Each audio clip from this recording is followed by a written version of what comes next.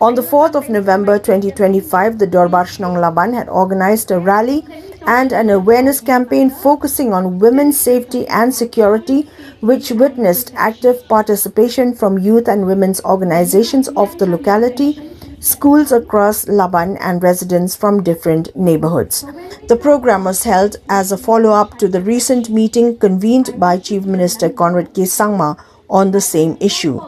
Speakers at the event included members of the DORBAR Shnong, representatives of the youth and women's organizations of the locality, and the parish priest of Laban Parish, Reverend Father Majau, among others. The rally and campaign sought to strengthen community engagement and promote collective responsibility in ensuring the safety and well-being of women in the locality. Minta kasau terik 9 November ni nak kalian gedor basnong buat ka sing tilang gentei buat sing samla Laban ning pelongnya ke ni rally kepada kawan campaign percaya ya ke jinga dalam taki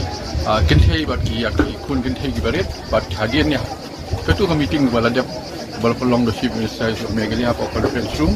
kadang sibata nak jing bot dia ni tu mila le kan ni nama tak kata kapan cha yarap le mi kinong song bane thu le mi ki ye kada kajing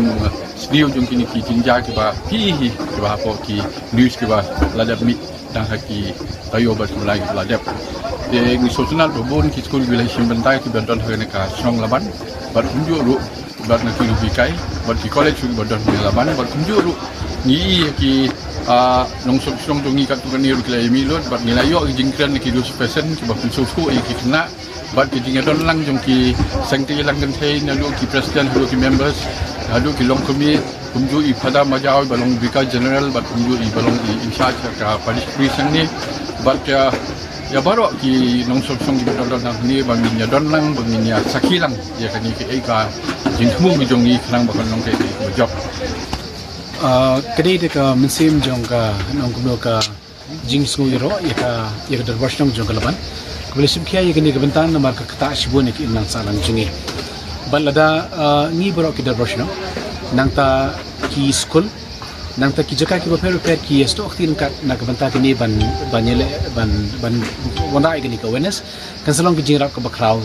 kumang I minta ke sini sibuan ki kena kilo ke jingi kai. Ada ki kena school hagi school borok ki ke jingi kai. Ada ki darwashnong bat kinong ki kamshnong ki yo ikini ke jingi kai. Kalong ki jingrap ke bakrau, ban desobon ong kani kan serap ban wanra ban penhir yang kini ka jisnya keberan apa yang jauh ke imang salang